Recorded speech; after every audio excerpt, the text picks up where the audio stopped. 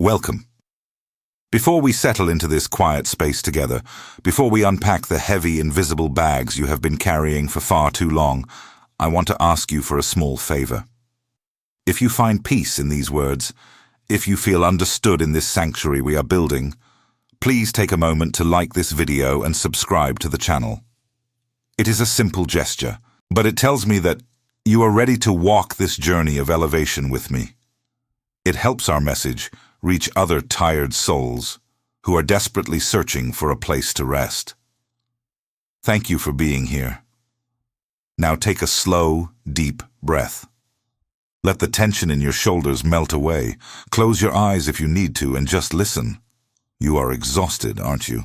And I do not mean the kind of exhaustion that a long, deep night of sleep can cure. I am not talking about the physical weariness of a long day of work. I am speaking of a profound, bone-deep spiritual fatigue, a tiredness that settles in the center of your chest and makes it difficult to draw a full breath. You are exhausted from being everything to everyone. You are completely drained from being the eternal pillar, the endless well, the one who always answers the call, the one who always texts back immediately, the one who drops everything to put out fires you did not start. You have given and given and given. You have poured your precious energy into relationships, into friendships, into family dynamics, and into workspaces, hoping that your constant unwavering availability would finally bring you the love, the security, and the peace you so deeply crave. You have made yourself universally accessible. You have convinced yourself that to be a good person, to be a loving partner, to be a loyal friend, you must be a perpetual yes. You must be the ultimate emotional safety net for the world around you. But look around you right now. Look at the reality of your internal landscape. Instead of feeling loved, you just feel empty. Instead of feeling secure, you feel taken for granted. Instead of feeling seen, you feel like an appliance, something useful, something convenient, something people only reach for when their own lives become unmanageable. I see you. I have watched you shrink your own needs to make room for the loud, chaotic demands of others. I know the sudden spike of anxiety you feel when your phone buzzes, that instantaneous tightening in your stomach, because you know someone somewhere needs a piece of you again. And I know the profound guilt that washes over you at the mere thought of ignoring that message, of letting the phone ring, of saying, "Not today. I am tired. Today, we are going to change everything.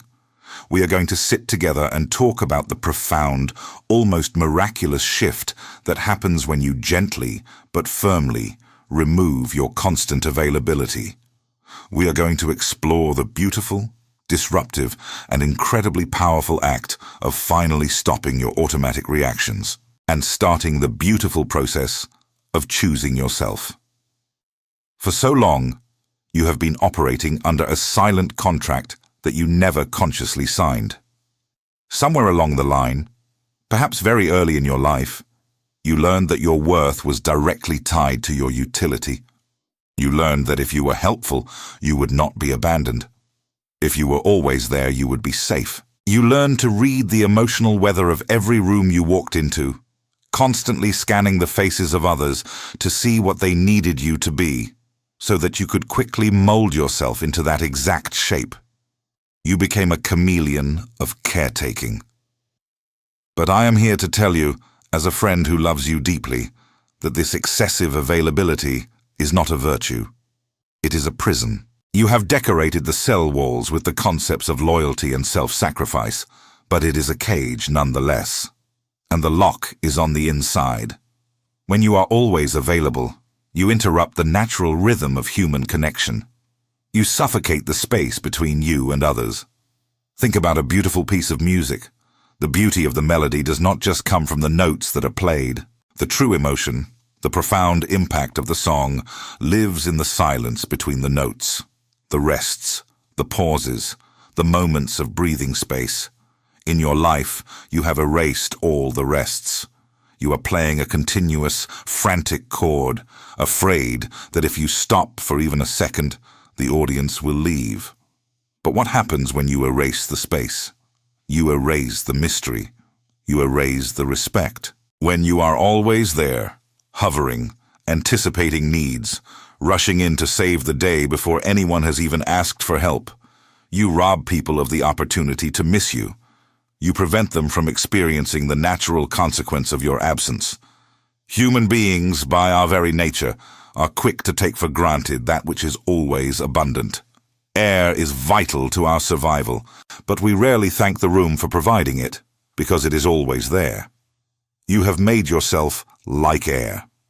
Absolutely vital, keeping everyone alive, and completely unappreciated. You must understand the toll this takes on your delicate nervous system.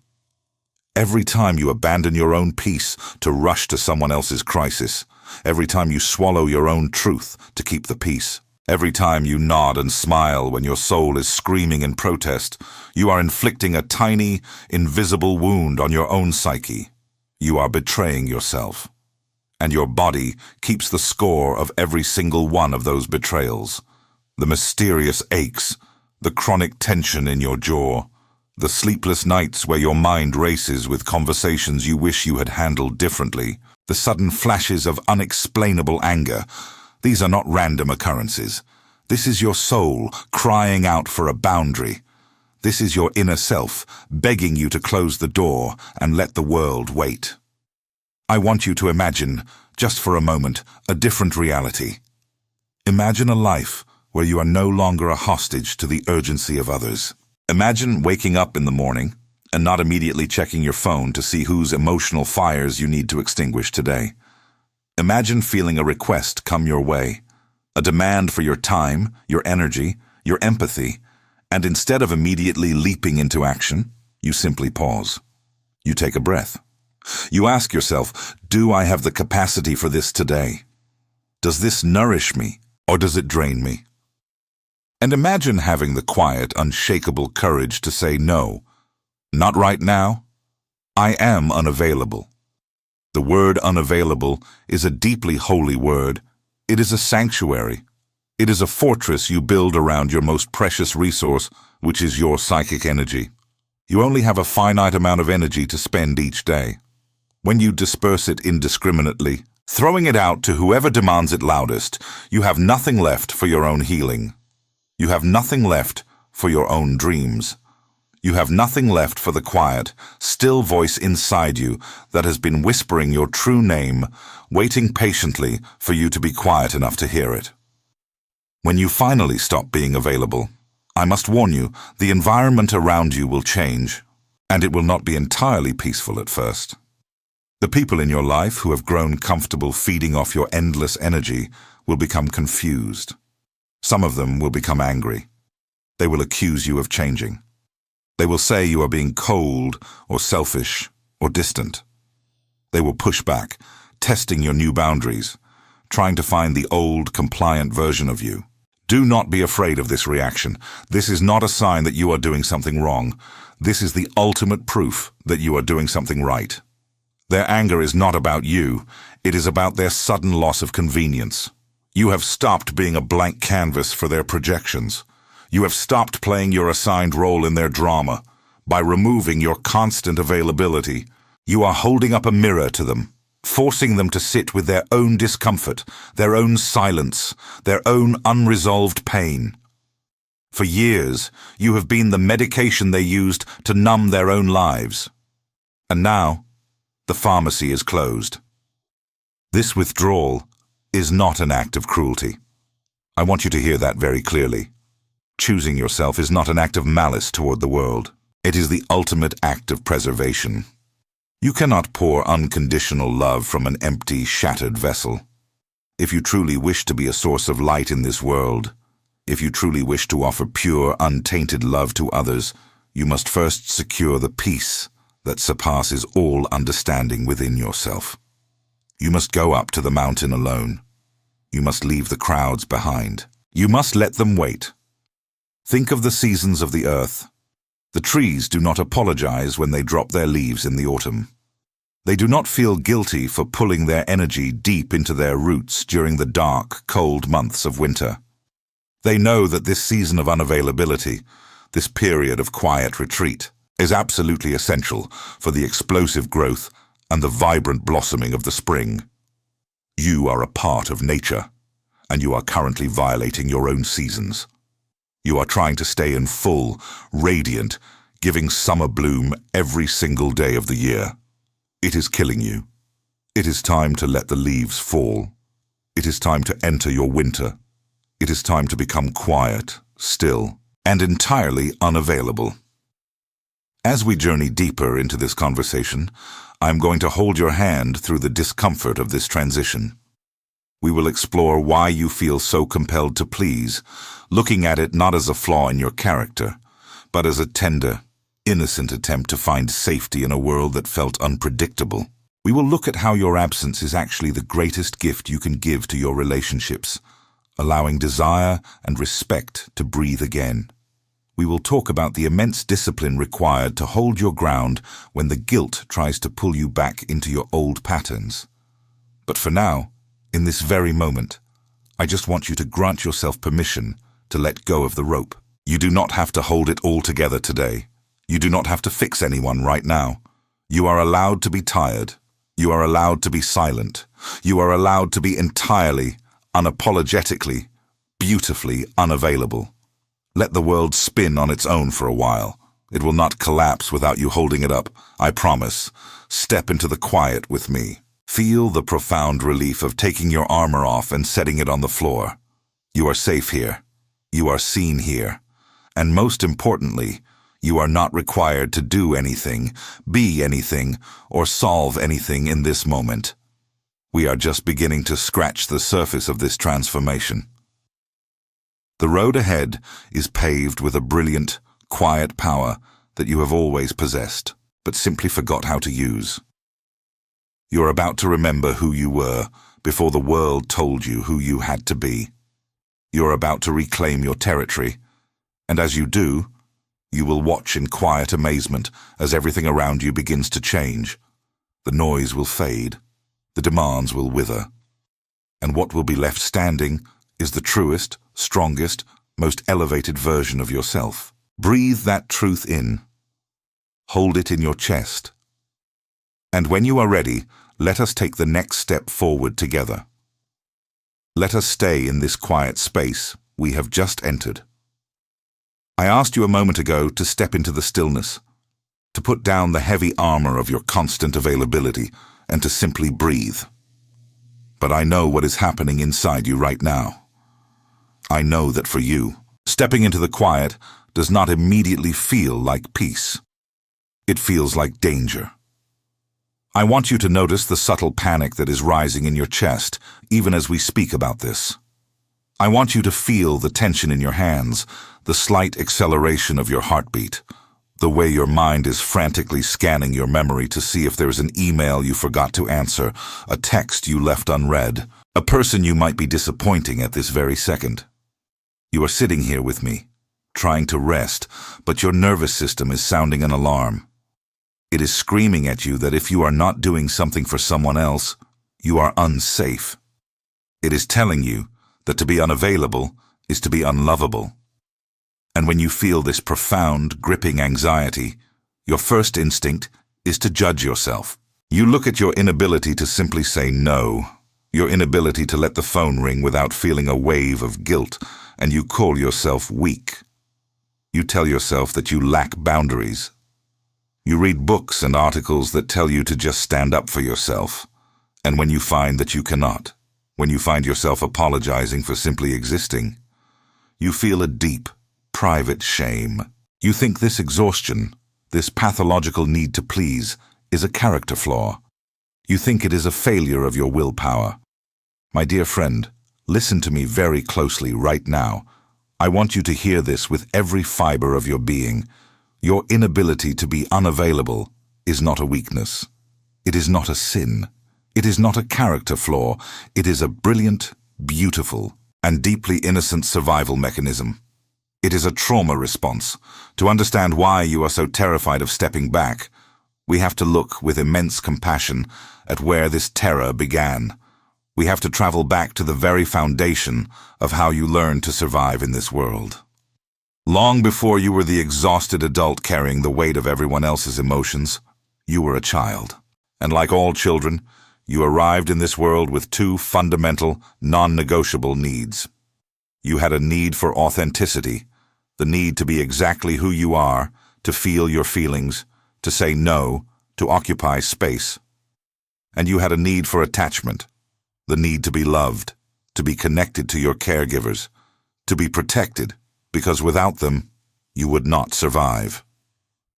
In a perfect, elevated world, a child never has to choose between these two needs. They can be completely authentic, entirely themselves, loud, messy, and uncompromising, and their caregivers will love them and remain attached to them regardless. But we do not live in a perfect world. And for you, very early on, a tragic and silent transaction took place. You learned, through the subtle or perhaps not so subtle reactions of the adults around you, that your authenticity threatened your attachment. Perhaps you grew up in a home where the adults were overwhelmed, stressed, or emotionally unavailable themselves. Perhaps there was volatility, sadness, or chaos. And your brilliant, observant, innocent little mind looked around that room and realized something profound. You realized that if you were a burden, you would not be loved. If you had loud needs, you would be pushed away. But if you were useful, if you were quiet, if you fixed things, if you anticipated their moods and molded yourself to make them comfortable, then you would be safe. Then you would be kept. You became an emotional detective. You learned to read the micro-expressions on people's faces before they even spoke. You learned to gauge the tension in the air the moment you walked through the door. You became an absolute master at absorbing the discomfort of others and transmuting it into your own responsibility. You learned that your worth was not inherent. Your worth was tied entirely to your utility. You believed that you had to pay rent for your existence on this earth by being relentlessly helpful and endlessly available. You traded your authenticity for attachment. You abandoned yourself so that others would not abandon you. I want you to pause right here. Let that sink in. Do not rush past this. Feel the profound sorrow and the immense beauty of what that little child did. They sacrificed their own voice, their own needs, their own boundaries, all to keep you safe. They built a magnificent, heavy suit of armor made of compliance, people-pleasing, and constant availability. And it worked. It kept you connected. It allowed you to survive your childhood. But here is the tragedy of the present moment. You are no longer that vulnerable child. You are a grown adult, capable of surviving on your own, capable of generating your own safety. Yet your nervous system does not know that. Your body does not know that time has passed. The body remembers everything. It keeps a meticulous, invisible ledger of every time you had to make yourself small to survive. So when your phone lights up with a demand from a friend, or a coworker, or a partner, and you feel that sudden, sickening drop in your stomach, that is not the adult you reacting to a simple text message. That is the terrified inner child, looking at that blinking screen and interpreting it as a life or death threat to your attachment. Your body is saying, if I do not answer this, if I do not say yes, if I am not available right now, they will stop loving me. They will leave me. I will be cast out of the tribe, and I will perish. Your anxiety about being unavailable is not a failure of your boundaries. It is your body's desperate, innocent attempt to prevent you from being abandoned. Every time you say yes when your soul is screaming no, you are just a little child trying to buy a moment of safety in a world that feels incredibly precarious. Look at the physical toll this has taken on you. The mysterious aches in your shoulders, the chronic tension in your jaw, the digestive issues, the shallow breathing, the nights where you stare at the ceiling, unable to turn off your racing mind. This is not a medical mystery. This is your biology buckling under the unbearable weight of carrying everyone else's emotional reality. Your body is begging you to stop. It is manifesting pain because it is the only way it can get you to finally lay down and be unavailable. Your sickness, your fatigue, is often your body's most desperate attempt to establish the boundary that your mind is too terrified to set. When you understand this, everything changes. The shame begins to dissolve. You can stop looking at your people-pleasing as an ugly disease that you need to aggressively eradicate, and start looking at it as a tired, overworked protector that desperately needs to be relieved of its duties. You do not need to fight this part of yourself. You need to hold it. You need to treat this anxiety with the profound compassion it deserves. True healing does not come from attacking your coping mechanisms. It comes from understanding the pain that made them necessary in the first place. Your constant availability is the painkiller you use to soothe the agonizing fear of being unloved. It was a brilliant solution to a childhood problem. But my friend, the war is over. You survived. You made it. And you are standing here wearing a heavy iron suit of armor in a room where there are no enemies. The armor that once saved your life is now the very thing that is crushing your chest and making it impossible for you to breathe. I want you to speak to that anxious, terrified part of yourself right now. You do not even have to do it out loud. Just feel it in the center of your being. I want you to say to that part of you, "Thank you. Thank you for keeping us safe. Thank you for being so deeply attuned to the world. Thank you for making sure we were never abandoned. You did a beautiful job. But you can rest now.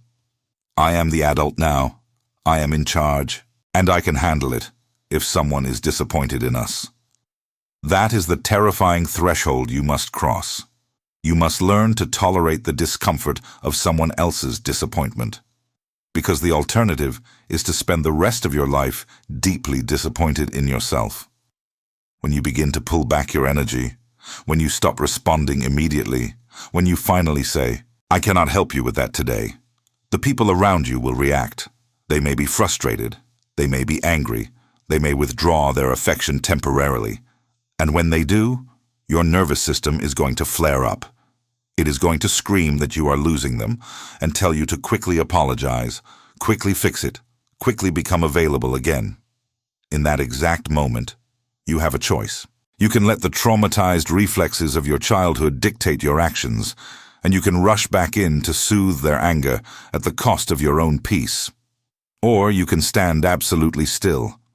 You can place a hand over your racing heart, feel the panic, and say, "I feel terrified that they are angry. But I am safe. I am no longer a child who needs their approval to survive. I can survive their displeasure. I cannot, however, survive the continued abandonment of my own soul." This is how you heal. You do not heal by magically becoming a cold, unfeeling person who does not care about others. You heal by bringing compassion to your own panic. You heal by recognizing that every time you choose to be unavailable to the world, you are finally becoming unconditionally available to yourself. You are giving that inner child the one thing they never got, an adult who will protect their boundaries, even if it makes other people upset. Think of the profound relief that is waiting for you on the other side of this fear. Imagine the lightness of moving through the world, knowing that you are not responsible for regulating the emotional temperature of every room you enter. Imagine the peace of knowing that your worth is an immovable mountain, completely unbothered by the shifting winds of how useful you are to someone else on any given day. You have spent years functioning as a magnet for people who need fixing. Unconsciously, because of your trauma response, you have broadcast a frequency into the world that says, "I will take care of it. I will absorb your pain. I will abandon myself for you." And the world has eagerly taken you up on that offer. Opportunistic people, energy vampires, and those who refuse to take responsibility for their own lives have flocked to you, precisely because you made yourself an endless, available resource. When you stop being available, you cut off that frequency. You stop being the emotional landfill for the unresolved issues of others. And yes, many of those people will leave your life. Let them leave. Their departure is not a loss, it is a cleansing. It is the necessary clearing of the brush, so that something true and beautiful can finally grow in its place. You are inherently worthy of love, of space, of rest, and of peace, simply because you exist. You do not have to earn your breath. You do not have to perform for your right to be here. You do not have to set yourself on fire just to keep other people warm. We are going to slowly lay this armor down. We are going to unbuckle the heavy expectations you have worn for decades. And as it falls away, you are going to feel incredibly exposed. You are going to feel vulnerable. But in that vulnerability is the raw, pure, unfiltered essence of who you truly are. And I promise you, the people who are meant to be in your life, the people who truly love you, not the people who love what you do for them, but the people who love you, they will not leave when you put boundaries in place. They will celebrate your freedom. They will be relieved that they finally get to connect with a real, authentic human being rather than a frantic, exhausted caretaker. So breathe. Let the anxiety rise. Acknowledge its intention to keep you safe, and then gently exhale it away. You are safe now. You are allowed to stop pleasing. You are allowed to let the phone ring. You are allowed to be misunderstood. You are allowed to be unavailable to the world because you are finally remembering what it means to belong to yourself. Let us take a moment to look outward. We have journeyed through the tender, hidden landscape of your inner child, and we have brought deep compassion to the trauma response that causes you to cling so tightly to the role of the caretaker. You understand now why you do it. You do it to survive. You do it to ensure you will not be left behind in the dark. But now, I want to gently turn your gaze toward the actual relationships you are desperately trying to save with this behavior. I want us to look at the people you love, your partner, your closest friends, your family members. I want to tell you a difficult, beautiful truth about human connection, one that completely shatters the illusion you have been operating under. You have believed, with every fiber of your being, that your constant presence is the glue holding your relationships together. You have convinced yourself that by being a perpetual yes, by always being available, by answering the phone on the first ring, and by rushing to solve every crisis, you are creating a profound, unbreakable bond. You think you are building a magnificent bridge between their heart and yours. But my dear friend, you are not building a bridge. You are filling in the river. Human connection is an incredibly delicate ecosystem. It requires a balance that you have unknowingly disrupted. To understand this, we must look at the profound relational intelligence that governs how we value one another. In every relationship, whether it is romantic, platonic, or familial, human beings are constantly navigating between two very different, fiercely competing needs. We have a deep need for security, for safety, for a harbor where we know we belong and where we are protected. But we also have an equally powerful, undeniable need for freedom, for mystery, for the open ocean, and for the space to be curious. A healthy, vibrant connection dances gracefully between these two poles. It offers a warm fire, but it leaves the door open to the cool night air. What you have done, in your profound anxiety and your desperate desire to be loved, is collapse this entire dynamic. You have provided all of the security, all of the safety, all of the predictability, and you have entirely eradicated the freedom, the space, and the mystery. You have become nothing but the harbor. You are so safe, so present, so overwhelmingly predictable that you have inadvertently become invisible. Think about the nature of a fire. A fire needs fuel to burn, yes, but more importantly, a fire needs oxygen. If you pack the logs too tightly together, if you smother the embers with too much wood, the fire will choke and die. It requires the empty space between the logs to breathe, to catch the wind, and to ignite into a roaring flame. In your relationships, your constant availability is smothering the fire. By always being there, by anticipating their every need before they even have the chance to articulate it. By overfunctioning in the emotional dynamic, you are sucking the oxygen right out of the room.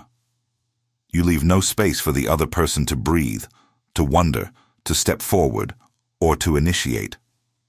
This brings us to one of the most painful paradoxes of human behavior. We do not value what we do not have to imagine. Desire, and I do not just mean romantic desire, but the desire to know someone. The desire to hear their thoughts, the respect for their inner world, requires a gap. It requires a distance that must be crossed. To truly see you, to truly appreciate the magnificent depth of who you are, the people in your life need to be able to look at you from across a room, across a silence, or across a period of absence, and wonder about you. When was the last time you let someone wonder about you? When was the last time you allowed someone to ask themselves, where are they? What are they thinking? Why haven't they called? You have robbed the people you love of the opportunity to miss you. You have stripped them of the privilege of reaching out into the dark and searching for your hand. Because before they even realize they want to reach out, you have already placed your hand in theirs. You have already sent the text. You have already solved the problem. You have set up camp on their shore, and in doing so, you have destroyed the very bridge they needed to cross to prove their love for you. And here is the most tragic consequence of this dynamic. When you overfunction, you force the people around you to underfunction. When you are doing 100% of the emotional labor, they inevitably drop down to zero. Why should they step up? Why should they initiate the apology? Why should they check in on your feelings when you have already checked in on theirs, solved the conflict, and smoothed over the tension before the dust has even settled? You have trained the people in your life to be emotionally lazy. You have handed them a script where you are the unpaid employee of the relationship, the eternal caretaker, the one who requires no maintenance. And slowly, subtly, an unspoken resentment begins to build, not just within you, but within them. You feel unappreciated, drained, and used. You wonder why they do not reciprocate the monumental effort you put in. But they, on a deep subconscious level, feel suffocated. They feel smothered by your relentless caretaking. They may never admit it, they may not even consciously realize it, but your excessive availability feels heavy to them. It feels like a silent demand, because when you give that much, when you are always there, it carries an invisible weight of expectation. It says, look at how much I am doing for you. Look at how available I am. Now you must love me. Now you must validate me. People retreat from that kind of heavy, anxious giving. They pull away. And when they pull away, your trauma response flares up. And what do? You become even more available. You lean in closer. You text twice. You offer more help. You try to close the gap that they just instinctively tried to create. It is a tragic, exhausting pursuit that only ends in heartbreak and physical collapse. If you want to change this, if you truly want to be seen, respected, and cherished for the rare and beautiful soul that you are, you must do the most counterintuitive thing imaginable. You must stop moving toward them. You must plant your feet, take a deep breath, and step back. You must give them the gift of your absence. Absence is not a punishment. Silence is not an act of cruelty. When deployed with love and conscious intention, unavailability is the highest form of relational intelligence. It is the restoration of the oxygen. When you finally stop reacting immediately, when you let a text message sit unread for a few hours, because you are genuinely busy living your own life, when you gracefully decline an invitation to fix a crisis that does not belong to you, you introduce a healthy, vital void into the relationship. You create a vacuum, and human nature abhors a vacuum. For the first time in perhaps years, the other person is forced to step into the empty space. They are forced to look at the internal narrative they have written about you. Right now, the story they tell themselves is simple. They will always be there. I do not have to try. I do not have to earn their presence. But the moment you withdraw, not with a dramatic, angry announcement, but with a quiet, sovereign dignity, that narrative shatters. Suddenly, the fixture they took for granted has become a mystery again. The appliance has become a person. The infinite resource has revealed itself to be precious, limited, and highly valuable. When you stop being available, you force the world to recalibrate its understanding of your worth. You send a silent but deafening message that your time, your energy, and your presence are privileges, not rights. You are a sovereign entity, a magnificent world unto yourself, and access to your inner sanctuary requires respect, effort, and reciprocity. I know how terrifying it is to step back. I know the fear that whispers in your ear, telling you that if you stop paddling, the boat will sink. You are terrified that if you do not text first, you will never hear from them again. You are paralyzed by the thought that if you stop being useful, you will discover that you are entirely unloved. And I must be honest with you. There is a risk. When you withdraw your constant availability, the truth of your relationships will be revealed. Some people will indeed drift away. Some people will realize that they only loved the utility you provided, not the essence of who you are. When the free emotional labor stops, they will simply take their business elsewhere. Let them go. I say this with the utmost peace and certainty. Let them walk away. The departure of those who only valued your utility is not a tragedy. It is an absolute necessity. You are clearing the dead wood from the forest of your life. You are making room for the sunlight to hit the soil. But for the relationships that have true substance, for the people who genuinely possess the capacity to love you deeply, your unavailability will not push them away. It will act as a magnetic pull. When they feel the oxygen rush back into the space between you, when they sense that you have reclaimed your center and found your own grounding, their respect for you will deepen profoundly. They will step up. They will reach out across the bridge. They will begin to pursue you, to wonder about you, and to ask you about your day. Not because they need you to fix something, but because they suddenly realize the immense value of your presence. This is the beauty of relational equilibrium. You cannot force someone to respect you by doing more for them. Respect is born in the space where you hold your own ground and refuse to abandon yourself. Imagine the profound relief of this dynamic. Imagine a friendship where you do not have to carry the entire conversation. Imagine a romantic partnership where you can simply exist, without constantly monitoring the other person's mood to ensure they are happy. Imagine the incredible freedom of being loved, not for what you can do, but simply for the beautiful, complex, quiet reality of who you are. This reality is available to you, but the toll to enter this new world is your compliance.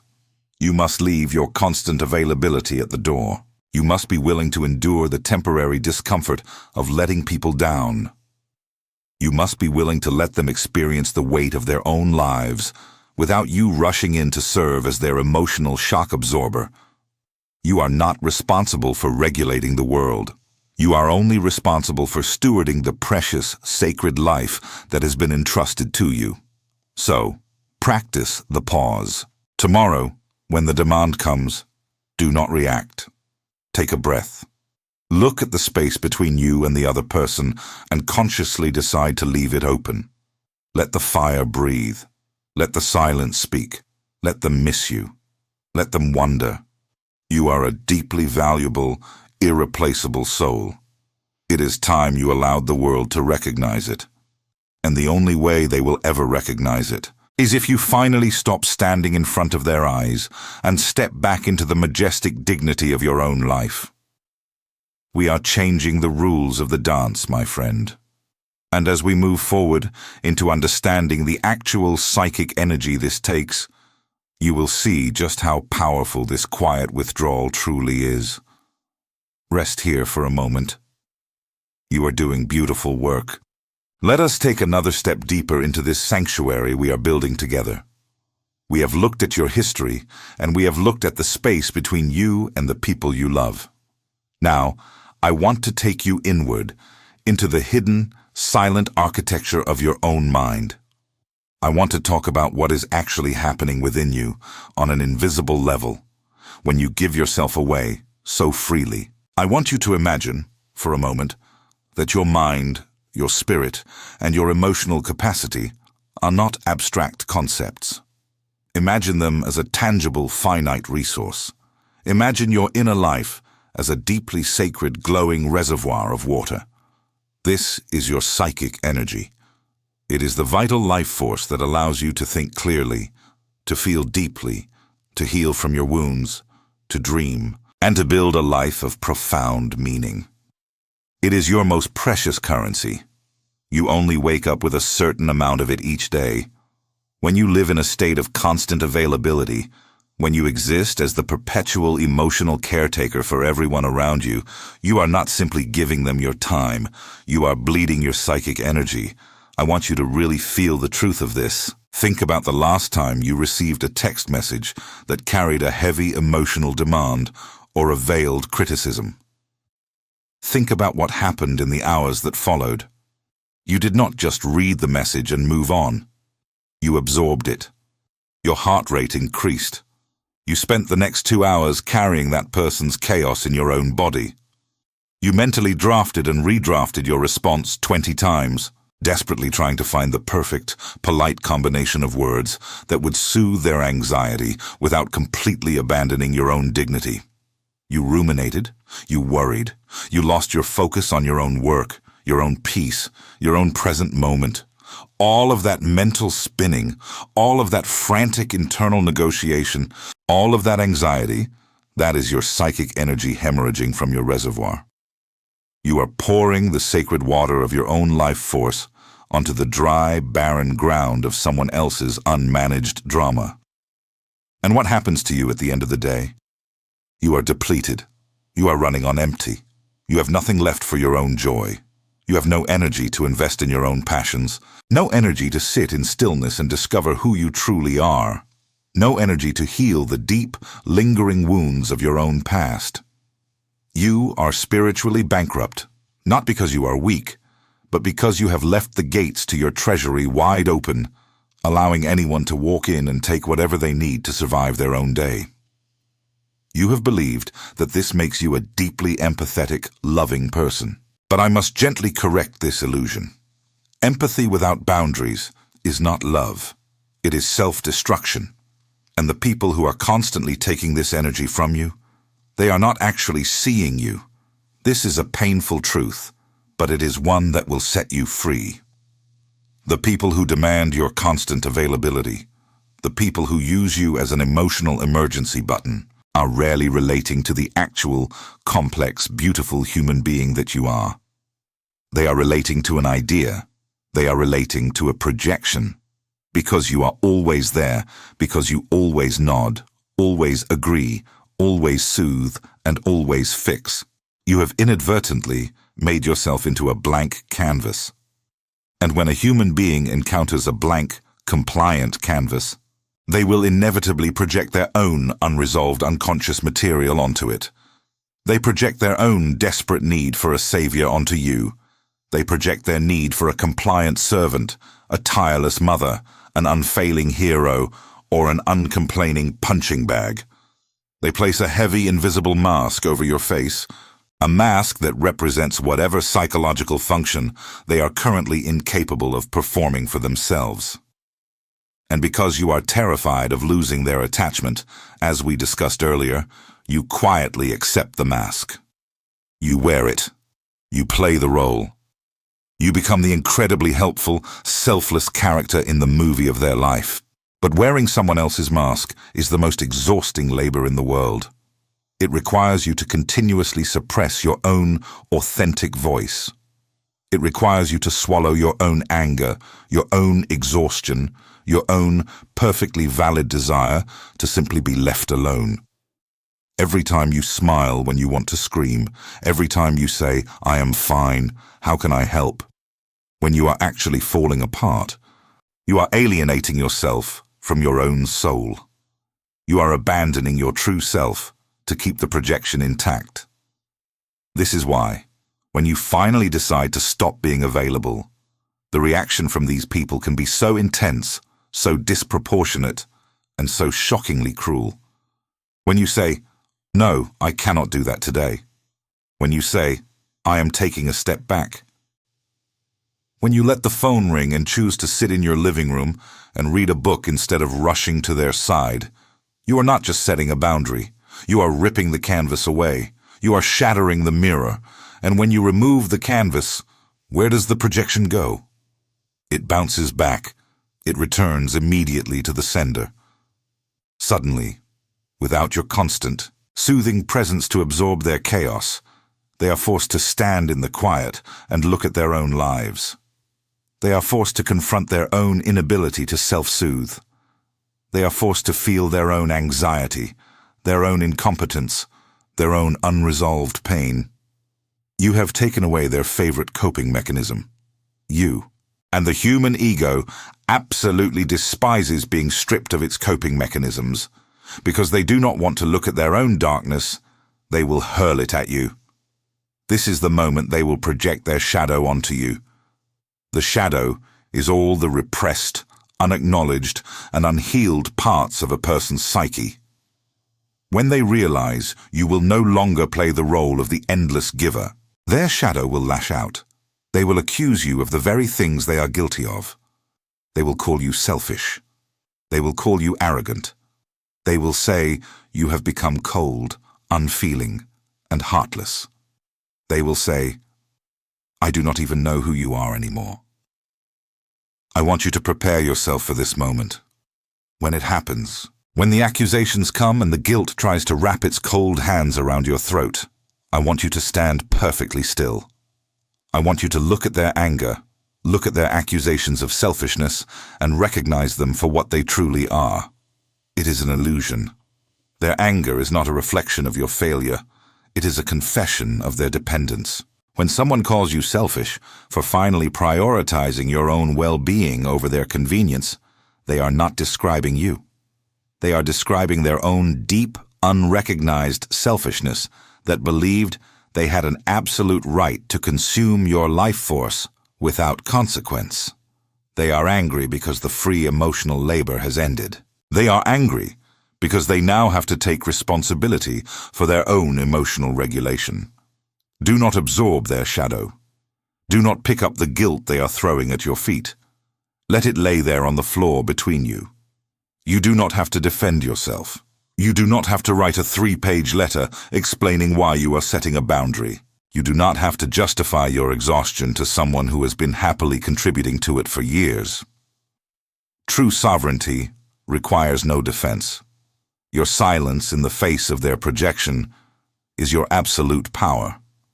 When you do not react, when you do not try to convince them that you are still a good person, you break the cycle of manipulation entirely.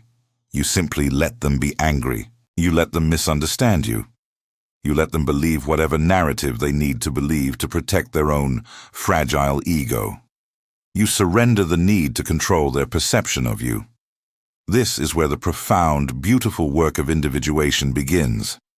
Individuation is the journey of becoming your true, whole, undivided self. It is the process of stripping away all the masks, all the projections, all the inherited expectations, and discovering the unbreakable core of who you actually are beneath it all. You cannot individuate while you are bleeding psychic energy into the lives of others. You cannot discover your true shape while you are constantly molding yourself to fit into their voids. By pulling your energy back, by becoming consciously and deliberately unavailable to the noise and demands of the external world, you are finally closing the gates to your internal treasury. You are allowing the reservoir of your life force to fill up again. You are gathering the fragmented, exhausted pieces of your soul and calling them back home to your own body. Imagine what you could do with all that reclaimed energy. Imagine the profound clarity that comes when your mind is no longer cluttered with the anxieties of 20 other people. Imagine the deep, resonant peace of sitting in a room by yourself, completely unbothered by the fact that someone, somewhere, might be displeased with you. You will begin to hear your own voice again. For years, your internal dialogue has been drowned out by the deafening roar of what everyone else needed from you. But in the quiet space created by your unavailability, your own soul will finally feel safe enough to speak. It will tell you what you actually desire. It will tell you what you actually believe. It will guide you toward your own true purpose, which has absolutely nothing to do with being a perpetual servant to the unresolved pain of the world. There is a majestic, noble strength in this kind of withdrawal. It is the strength of the deep ocean, beneath the chaotic, crashing waves on the surface. Up above, there may be storms of other people's anger, waves of their disappointment, and the turbulent winds of their projections. But you do not have to live on the surface anymore. By protecting your psychic energy, you sink into the profound, unshakable calm of the deep waters. You watch the storm from a place of absolute safety.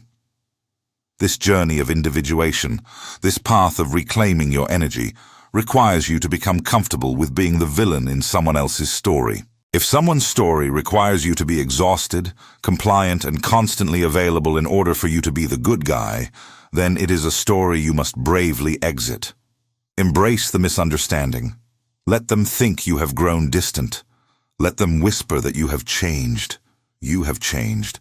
You are no longer willing to finance their comfort with your own destruction. You have taken your power back from the shadows, and you are using it to illuminate your own path. As we sit here, I want you to visualize that internal reservoir. See it glowing, quiet, and protected. See the gates closed. See yourself standing as a sovereign guardian over your own life force. You are no longer a blank canvas for the world to paint its trauma upon. You are a masterpiece in progress, painted entirely by your own hand. Breathe in the incredible lightness of this realization. You are not responsible for carrying them. You are only responsible for becoming yourself. And the journey of becoming yourself requires you to leave the noise behind, to step out of the chaotic theater of their projections, and to walk quietly, firmly, and unapologetically into the beautiful sanctuary of your own unavailable, deeply peaceful life. Rest in this power. Gather your energy. Because in the next step, we are going to talk about the practical, grounded discipline required to maintain this sacred boundary through the changing seasons of your life. We are going to build the foundation that ensures you never give your soul away again. We have traveled deeply together into the hidden corners of your history. We have looked with profound compassion at the frightened child who learned to please. We have examined the delicate oxygen of your relationships, and we have witnessed the silent draining of your precious psychic energy. You now understand the profound why behind your exhaustion. You see the invisible strings that have been pulling you into the center of everyone else's storms. But insight alone is not enough to protect you. Insight without structure is just a beautiful idea that will collapse the moment the world knocks on your door tomorrow morning. To truly change your life, to permanently step out of the exhausting role of the eternal caretaker, we must now move from the realm of psychological understanding into the realm of grounded, unshakable practice. We must talk about the architecture of your days. We must talk about your personal philosophy and the profound, quiet discipline required to uphold it. I want you to think about the nature of the wind. In this life, the wind of circumstance blows on us all. The wind of other people's demands, the wind of unexpected crises, the wind of text messages lighting up your screen in the middle of the night, the wind of family drama, and the wind of endless unspoken expectations. This wind is a constant force. It blows on the saint and the sinner. It blows on the exhausted caretaker. And it blows on the sovereign, peaceful soul. The wind does not discriminate. If we all experience the exact same wind of external demands, why is it that some people are entirely consumed, blown off course, and crashed onto the jagged rocks of burnout? while others manage to sail gracefully toward a destination of profound inner peace. The difference is not the wind. The difference is the set of the sail. For your entire life, you have lived without setting your sail. You have operated without a conscious, protective, personal philosophy regarding your time and your energy. You have simply allowed the wind of whoever needed you the most to dictate the direction of your day. You woke up each morning as a beautifully equipped ship. But instead of charting your own course, you handed the steering wheel to the loudest passenger on board. A personal philosophy is not a rigid set of rules. It is a profound declaration of your values. It is making decisions in the clear, calm light of day, so that you do not have to make them in the dark, frantic moments of a crisis. What is your philosophy regarding your availability? Up until now, your unspoken philosophy has been, if someone asks, I must answer. If there is a fire, I must put it out. My value is determined by my usefulness in this exact moment. Today, we are going to write a new philosophy, a philosophy of elevation. It sounds like this. My peace is my highest priority. My energy is a finite, sacred resource. I am no longer available for manufactured urgency. I do not owe the world my immediate reaction. I am the sole architect of my attention, and I will only spend it on that which is true, necessary, and aligned with my own healing. To enforce this magnificent new philosophy, you are going to need something that you might not associate with gentleness. You are going to need immense, ironclad self-discipline. When you hear the word discipline, your mind likely jumps to the idea of doing more. You think of waking up earlier, working harder, pushing yourself further. You think of discipline as the act of forcing yourself into action. But the discipline I am asking of you is the exact opposite. I am asking you for the discipline of restraint.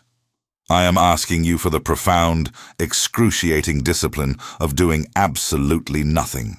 Do you know how much discipline it takes to look at a text message from someone who is trying to draw you into their chaos and consciously choose to put the phone face down on the table? Do you know the sheer strength required to feel the familiar, sickening spike of guilt in your chest, and instead of rushing to appease it, simply sitting in the chair, breathing through it, and letting the silence stretch out? That is the discipline of the elevated soul. It is the mastery of the pause. When you first begin to practice this unavailability, your mind will rebel. Your hands will literally itch to pick up the phone. Your brain will construct terrifying scenarios of what will happen if you do not respond immediately. It will tell you that you are ruining the relationship, that you are a terrible friend, that you are being cruel. This is where your discipline must become a fortress. You must stand at the gates of your own mind and say, no, I have set my sail. The wind is howling, the guilt is screaming, but I am not changing my course.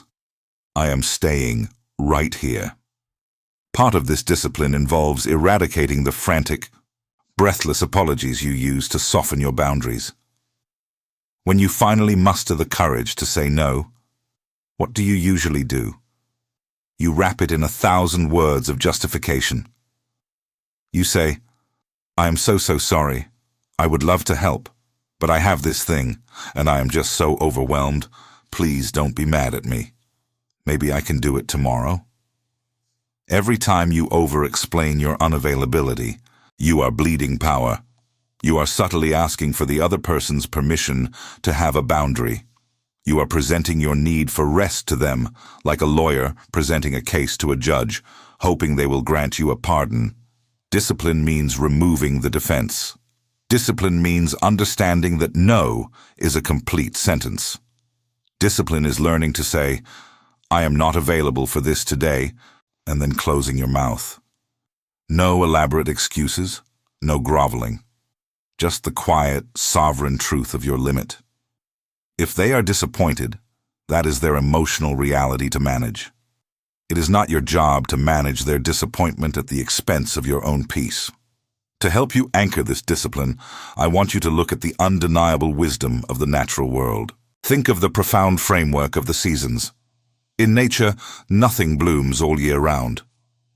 The earth understands that there is a time for explosive growth, for outward expression, and for the vibrant giving of summer. But the earth also possesses the deep, uncompromising wisdom of winter. Winter is not a mistake. Winter is not a failure of the earth to be productive. Winter is a deliberate, necessary season of profound unavailability. The trees pull their life force deep into their roots, beneath the frozen soil. The branches become bare. The landscape grows quiet, cold, and entirely inaccessible. If you look at a tree in the dead of winter, you might think it has given up. You might think it is dead. But beneath the surface, away from the demanding eyes of the world, it is doing the most vital work of its entire life cycle. It is consolidating its strength. It is resting. It is surviving. You, my friend, are a living, breathing part of nature, and yet you have been trying to live your entire life in a state of perpetual summer. You have demanded of yourself that you always be in full bloom, always providing shade for others, always bearing fruit, always vibrant, and always giving. It is a profound arrogance, a symptom of our modern, disconnected world, to believe that you can bypass the seasons. Because you have refused to enter your winter voluntarily, your body and your spirit are forcing you into it through exhaustion. Your burnout, your deep fatigue, your inability to draw a full breath. This is your soul screaming for winter. I am giving you permission, right now, to enter the winter of your life. What does a relational winter look like? It looks like a season of deliberate withdrawal. It means stepping back from the social obligations that drain you. It means politely declining the invitations you normally say yes to out of pure obligation. It means letting relationships that require constant, heavy lifting go dormant for a while. It means turning your energy inward, down into the root system of your own being. When you enter this winter, the people around you may not understand. They are used to your summer. They are used to picking your fruit. When they look at you and see the bare branches of your boundaries, they might complain about the cold. They might ask what is wrong with you. They might accuse you of isolating yourself or becoming depressed. Let them misunderstand the season. You do not have to explain the frost to someone who only wants you for your shade. This winter is not a permanent state. It is not a bitter, cynical isolation from the human race. It is a sacred retreat. It is a protective measure. You are withdrawing so that you do not break. During this season of unavailability, you are going to conserve the energy you normally spend on everyone else, and you are going to spend it on repairing your own foundation. You are going to read the books that nourish your mind. You are going to sit in the quiet and listen to the sound of your own breathing. You are going to learn how to be in a room by yourself without feeling the frantic need to be productive or useful to an external force. It requires tremendous discipline to protect your winter. The world will constantly try to coax you back into the summer heat. A crisis will occur. Someone will play the victim. Someone will tug at your deep-seated desire to be the savior. The wind will blow hard against your fragile new philosophy. In those moments, you must close your eyes, picture the snow falling on the quiet earth, and refuse to bloom. Imagine the immense power of a life lived in accordance with these seasons. When you finally allow yourself the grace of unavailability, when you truly rest and let the soil of your soul lie fallow, something miraculous happens. Slowly, eventually, the season will shift again. The spring will come. But when you re-emerge into the world, when you finally choose to become available again, it will not be from a place of frantic trauma response. It will not be from a place of people-pleasing or desperate fear of abandonment. You will emerge from a place of massive, rooted strength. When you give to others after having protected your own winter, your giving is pure. It is not tainted with resentment. It is not heavy with unspoken expectations. Because you have learned how to nourish yourself, you are no longer relying on their gratitude to keep you alive. You can give freely, brilliantly, and abundantly, and the moment it begins to drain you, you will have the unshakable discipline to step back and say, "That is enough for today." This is the philosophy of the elevated life. We respect our limits. We honor our energy. We protect our time with the ferocity of a guardian at the gate. We understand that our ultimate value is not defined by how quickly we jump when the world says jump, but by the quiet, sovereign dignity with which we stand our ground. I want you to make a promise to yourself right now. Promise yourself that the era of the perpetual summer is over. Promise yourself that you will begin to practice the discipline of the pause. When the phone rings, let it ring. When the demand comes, take a breath. Check your sail. Consult your philosophy. And if the request does not serve your peace, let the winter snow cover it over. You are allowed to be quiet. You are allowed to be unreachable. You are allowed to let the world carry its own weight for a while. Stand firm in your discipline, my friend. Wrap the cold, beautiful quiet around your shoulders like a heavy cloak and let yourself rest. We have reached the highest point of our journey together today. You have walked through the valleys of your own childhood memories. You have examined the tangled forests of your relationships, and you have built a fortress of discipline to protect the sacred winter of your soul. Your legs may feel tired from the climb, but the air up here is different. It is thinner, cleaner, and entirely still. As we sit here, looking out over the landscape of your life, I want to share something deeply personal with you. I want to share a memory, not a distant theological concept, not a rigid religious lesson to be memorized, but a living, breathing memory held in the very bones of my own human experience. I want to speak to you not as a distant figure in the clouds, but as a brother who knows exactly what it feels like to have the weight of the world pressing against his chest. You look at me, and you see peace. But I want you to know that I understand your exhaustion. I know what it is to be the one everyone is looking for. I remember the dust of the roads. I remember the relentless, suffocating heat of the midday sun beating down on the shores of Galilee. But more than the heat, I remember the multitudes. I remember the crowds pressing in on every side, a sea of desperate, frightened, needy humanity. Everywhere I walked, they followed. They pushed. They shoved. They reached out with trembling hands, pulling at the very fringes of my garments. Everyone was begging for a piece of me. They wanted a healing. They wanted a miracle. They wanted a word of comfort. They wanted me to settle their disputes, to feed their bellies, to fix their broken lives. They did not care if I had slept. They did not care if my voice was hoarse or if my feet were bleeding from the stones. They were simply in pain, and they saw in me a well of water that they believed would never run dry. Does this sound familiar to you? Does this not sound exactly like the frantic, demanding energy of the world you live in right now? Your inbox overflowing with urgent requests. Your phone lighting up with the crises of your friends. Your family members pulling at your emotional garments, demanding that you fix their sadness, mediate their conflicts, and carry their anxieties. You are standing in the center of your own dusty road, surrounded by a multitude that is perfectly willing to consume every last drop of your life force if you allow them to. And here is the most difficult part. You love them. Just as I looked at the multitudes with a heart that broke with profound compassion, you look at your family, your friends, and your colleagues, and you feel an intense, aching empathy for their struggles. You see their pain, and your first, most beautiful instinct is to reach out and heal it.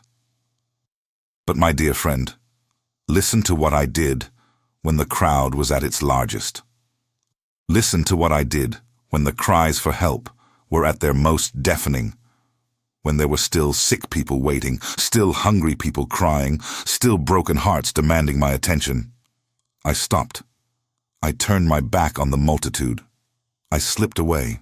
I left the crowds behind in the valley, and I went up to the mountain alone, into the silence of the night. I want you to let the shock of that reality wash over you. The one you have been taught to view as the ultimate symbol of endless sacrifice, the one who embodies infinite love, regularly and deliberately became completely unavailable to the people who needed him the most. Why did I do this? Did I stop loving them when I walked away? Was it an act of malice, of coldness, of rejection? No. It was the purest, most profound act of love I could possibly perform. Because I understood a truth that you are only just beginning to grasp. You cannot pour from an empty vessel. There are two types of love in this world. There is human love, which is conditional, anxious, and deeply tied to our need to be needed. This is the love that drains you. This is the love that keeps you frantically pleasing the crowd, terrified that if you stop performing miracles for them, they will turn on you. But then there is agape, unconditional, divine, transcendent love. Agape is not a trauma response. Agape is not an anxious attempt to buy security. Agape is a majestic, overflowing river of grace. But to offer agape to the world, the river must be connected to the source.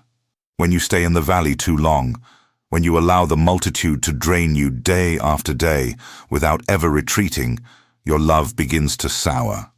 It degrades from agape into resentment.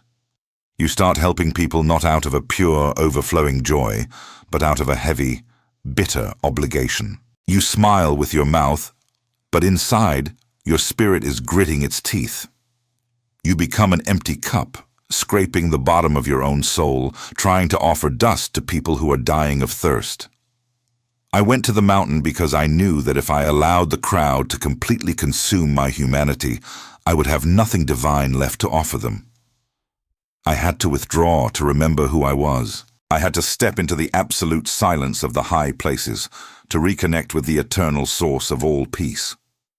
I had to let the cool night wind dry the sweat from my brow, and I had to look up at the infinite expanse of the stars to remember that I was not the architect of the universe. I was simply a vessel, and you are simply a vessel. You are not the savior of the world. You are not the ultimate solution to the pain of your family. You are not the eternal shock absorber for the chaos of your friends. You are a beautiful, fragile, precious human vessel, and your first and most sacred duty is to ensure that your vessel remains full, intact, and at peace. When you finally choose to leave your own crowds behind, when you turn off your phone, close your door, and refuse to be available for the evening, you are not abandoning your loved ones. You are preserving the integrity of your love for them. You are going up the mountain. But I know the guilt that tries to pull you back down. I know the voice in your head that says, "But they need me. If I am not there, everything will fall apart." Let me tell you what happens when you go up the mountain. The world keeps spinning. The multitude survives. They may murmur. They may complain about your absence. They may have to face the discomfort of their own unsolved problems for a night. But they do not perish because you chose to rest. In fact, your absence is often the very catalyst they need to discover their own strength. When the Savior is unavailable, the people are forced to look inward, or to look upward, to find the true source of their healing. By stepping away, you stop standing in the way of their own spiritual evolution. You must learn the profound art of forgiveness, not just as a moral command, but as a mechanism for your own energetic survival. You must forgive the crowd for demanding too much of you. They are just thirsty, and they are acting out of their own blind panic. But more importantly, you must forgive yourself. Forgive yourself for having human limits. Forgive yourself for getting tired. Forgive yourself for feeling resentful when you have given too much. Forgive yourself for the times you snapped, for the times you felt cold, for the times you wished everyone would just disappear. That was not a failure of your character. That was the desperate cry of a soul that had been denied the sanctuary of the mountain for far too long. When you release the guilt of not being infinite, you make room for a very specific kind of peace. It is the peace I spoke of when I told my friends, "Peace I leave with you. My peace I give you. I do not give to you as the world gives. Do not let your hearts be troubled, and do not be afraid." What kind of peace was I talking about? The world gives peace only when all the problems are solved. The world says you can have peace when the inbox is empty, when everyone is happy with you, when all the conflicts are resolved, and when the multitude is finally satisfied. But that is an illusion. The multitude is never satisfied. There will always be another crisis. The peace I offer you, the peace of the mountain, is an internal fortress. It is a stillness that exists despite the unsolved problems waiting in the valley below. It is the profound, unshakable knowing that your worth is not tied to your utility. It is the quiet confidence that you are infinitely loved by the Creator of the universe, exactly as you are, even when you are doing absolutely nothing for anyone. This peace surpasses all human understanding because it makes no logical sense. It is the ability to sit in a room, knowing that there are people outside who are frustrated with your unavailability, and yet your heart rate remains slow, your breathing remains deep.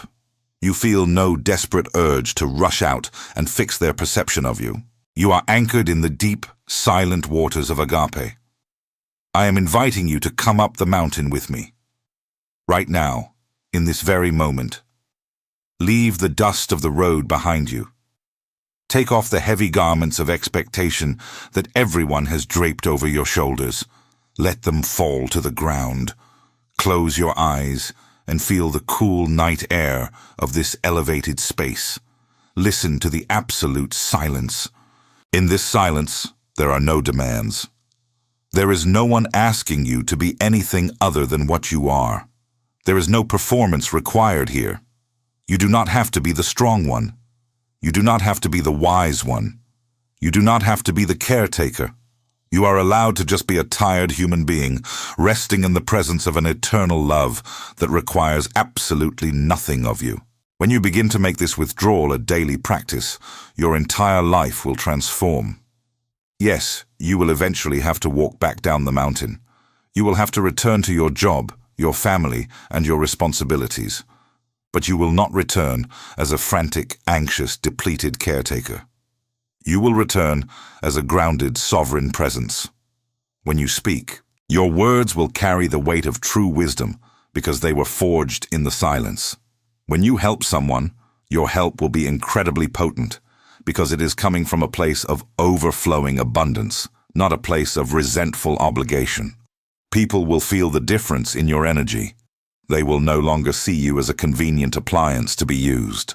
They will see you as a pillar of quiet strength to be respected. And when the multitude begins to press in too tightly again, when you feel that familiar draining of your psychic energy, you will no longer panic. You will simply smile, a quiet, knowing smile, and you will say, "I love you, but my vessel is empty today." And without a shred of guilt, without a single frantic apology, you will turn around, leave the crowd behind, and walk back up the mountain. You are safe here. You are completely, unconditionally loved here. The world can wait. Let it wait. Breathe in this eternal peace, my friend. Let it wash over every exhausted cell in your body. You have finally found your way home to yourself. Rest. Just rest. We have sat together in this quiet space for a long time now. The air around us is entirely still. I want you to take a deep, slow breath, pulling the air all the way down into your center. And as you exhale, I want you to physically drop your shoulders. Let the tension flow out of your hands. Unclench your jaw. You have done beautiful, courageous, and profoundly difficult work today simply by listening, simply by allowing these truths to wash over the bruised and exhausted places within your soul. You came here carrying the crushing weight of 1,000 unspoken obligations. You came here feeling like a machine built entirely for the convenience of others, running on the absolute fumes of your own spirit. You felt trapped in a labyrinth of guilt, terrified that if you stopped moving, If you stopped fixing, if you stopped being endlessly perfectly available, the walls would cave in and you would be left entirely alone. But look at where you are standing now. Look at the magnificent elevation you have reached. You are no longer trapped in the valley of their demands. We have carefully dismantled the heavy, suffocating armor you have been wearing. We looked at the terrified, beautiful inner child who built that armor. We recognized that your constant availability was never a character flaw, but a brilliant, innocent trauma response. It was a desperate attempt to buy attachment in a world that felt unsafe. You can finally stop fighting that part of yourself. You can wrap your arms around that child, thank them for their fierce protection, and gently tell them that their shift is over. You are the adult now, and you are strong enough to survive the displeasure of others. You do not have to purchase your right to exist with your utility anymore. We have looked at the delicate, breathing ecosystem of human connection. You now understand that by constantly smothering the space between you and the people you love, you were accidentally starving the relationship of its most vital oxygen. You see now that desire, respect, and deep reverence require a gap. They require the mystery of your absence. You are no longer going to be the absolute, predictable floor they walk on. You are going to be a sovereign world, a destination that requires their conscious effort to reach. You are giving them the ultimate gift, the opportunity to miss you, to wonder about you, and to step up and meet you halfway. We have mapped out the sacred, invisible economy of your mind. You now possess the profound knowledge that your psychic energy is a finite, deeply valuable reservoir. You are no longer willing to bleed that life force onto the dry ground of other people's unmanaged chaos. You know that when you say no, you are going to trigger their shadow. You know they will project their anger, their selfishness, and their unhealed wounds onto you. But you are no longer a blank canvas. You are not going to catch their projections. You are going to stand still, let their accusations fall to the floor, and guard your internal treasury with the absolute authority of a sovereign king or queen. We have built a fortress of philosophical discipline around your days. You have thrown away the impossible, arrogant demand that you must live in a state of perpetual, exhausting summer. You have embraced the profound wisdom of the seasons. You have given yourself the holy permission to enter your winter. You are allowed to be cold, quiet, and unreachable.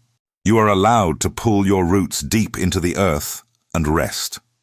You understand now that discipline is not the act of forcing yourself to do more. It is the breathtaking restraint of choosing to do absolutely nothing when the world is screaming at you to react. And finally, you have walked up the mountain. You have left the multitudes behind in the dust. You have realized that even the most perfect divine love requires the boundary of distance. You cannot pour unconditional agape from a shattered, empty cup. You have forgiven yourself for having human limits, and you have stepped into the profound, unshakable peace that exists entirely separate from the unresolved problems of the world. You are resting in the presence of an eternal source that loves you not for what you produce, not for what you fix, but simply for the miraculous fact that you are. I want you to vividly imagine your life starting tomorrow morning. Tomorrow morning, the sun will rise and the world will begin its usual frantic spinning. The demands will wake up, the noise will start. But you are going to wake up differently. When your eyes open, you are not going to immediately reach for your phone to check who needs you. You are going to lie there for a moment. You are going to feel the sheets against your skin. You are going to listen to the sound of your own breathing. You are going to greet yourself before you greet the world. Eventually, the phone will ring. A text message will arrive. It will be a request. It will be a complaint. It will be an invisible hook thrown into your waters, trying to drag you out of your peace and into their storm. You are going to look at that screen, and you are going to feel the old, familiar rush of adrenaline. Your heart might skip a beat. The ghost of your old guilt might whisper in your ear, telling you to quickly answer, quickly soothe, quickly become available. But then, you are going to pause. You are going to exercise the majestic discipline of the elevated soul. You are going to take one deep breath. You are going to remember the mountain.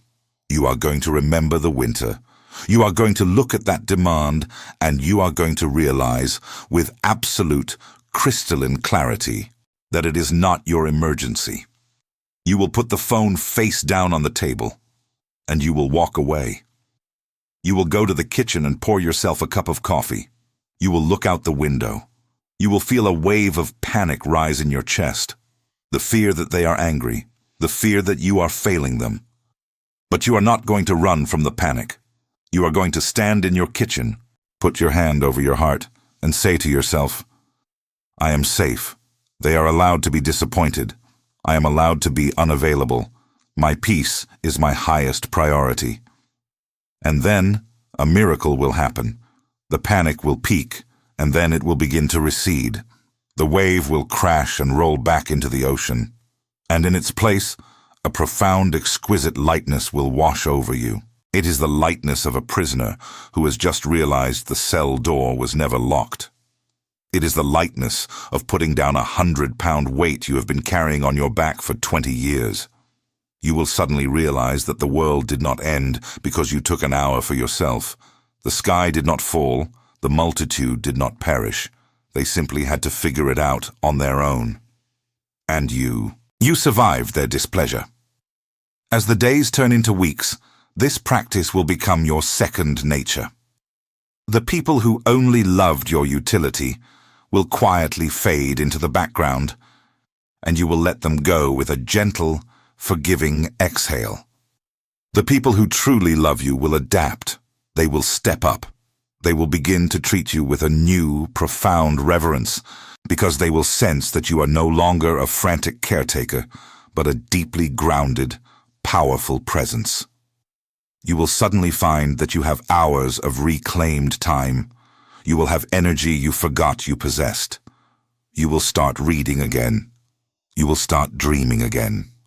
You will hear the quiet, persistent voice of your own soul, telling you what it actually wants to do with this one precious, fleeting life. You will begin to create, to laugh, and to experience the profound joy of living entirely for yourself, from a place of wholeness rather than a place of deficit. This is the rebirth. This is the elevation. You are no longer the emotional shock absorber for a chaotic world. You are a sovereign entity. Your energy is guarded. Your heart is protected. Your mind is clear. You are safe now to be quiet. You are permitted to step back. You are entirely authorized to let the world carry its own weight. Do not ever let anyone convince you that your boundaries are a cruelty. Do not let the shadows of others make you doubt the brilliant light of your own self-preservation. When you choose yourself, when you protect your peace, you're becoming the highest, most authentic version of the masterpiece you were created to be. And that is the greatest gift you could ever offer to the universe. I'm so incredibly proud of you for sitting through this fire. I am so proud of you for looking at your own wounds with such bravery. The journey of individuation, the journey of true spiritual and emotional maturity, is not for the faint of heart. It requires the courage to be misunderstood. It requires the courage to be entirely alone for a season. But you have that courage. It has been inside you all along, buried under the weight of everyone else's expectations. Today, we have dug it out. Today, we have set it free. As we prepare to part ways, I want you to carry this sanctuary with you. You do not need to come back to this video to find this peace. It is now permanently installed within your own chest. You carry the mountain with you wherever you go. You carry the winter in your pocket. You carry the absolute right to be unavailable in your very bones. Step into your life with this new, quiet authority. Walk slowly. Speak deliberately. And never ever apologize for protecting the sacred territory of your own soul. Thank you for trusting me with your time, your energy, and your heart today. It is a profound honor to walk this path of elevation by your side. If this message brought you peace, if it felt like a conversation your soul has been desperately waiting for, please subscribe to The Elevated Within. Like this video, so that it can find its way to another exhausted caretaker who is currently drowning in the valley, desperately needing permission to walk up the mountain. And please, share this with a friend or a loved one who you know is giving far too much of themselves to a world that does not notice. Help me spread this sanctuary. Remember, you are infinitely loved. You are deeply valuable. And you are finally beautifully free. Until next time, stay elevated.